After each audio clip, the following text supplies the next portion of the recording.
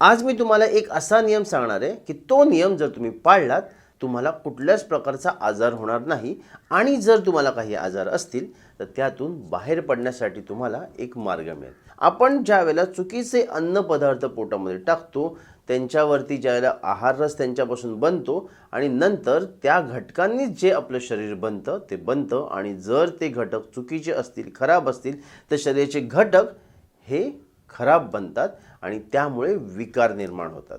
जर आपण अन्न चांगलं खातोय पण शरीराच्या नियमांच्या विरुद्ध पद्धतीमध्ये खातोय जसं की वेळेवरती खाणं न खाणं उशिरा रात्री जेवणं यामुळे हे त्रास होत असतात। शहरामध्ये राहणाऱ्या लोकांमध्ये जर बघाल जंक फूडचं प्रमाण प्रचंड वाढलेलं आहे।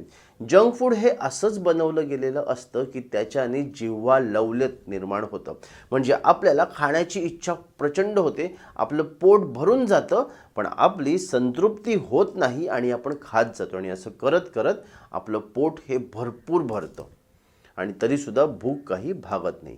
यामुळे प्रॉब्लेम हा होतो की आपल्या अन्न व संस्थावरती म्हणजेच आपल्या पचनक्रियेवरती इतका मोठा लोड पडतो की ते पुढचं अन्न प्रॉपरली पचवू शकत नाही। म्हणून आपल्याला हा नियम पाळणं खूप महत्त्वाचं आहे की जेवण जे आपण जेवत आहोत ते जेवढी भूक आहे तेवढं जेवणं अति प्रमाणामध्ये म्हणजे भुकेपेक्षा जास्त खाऊच नाही।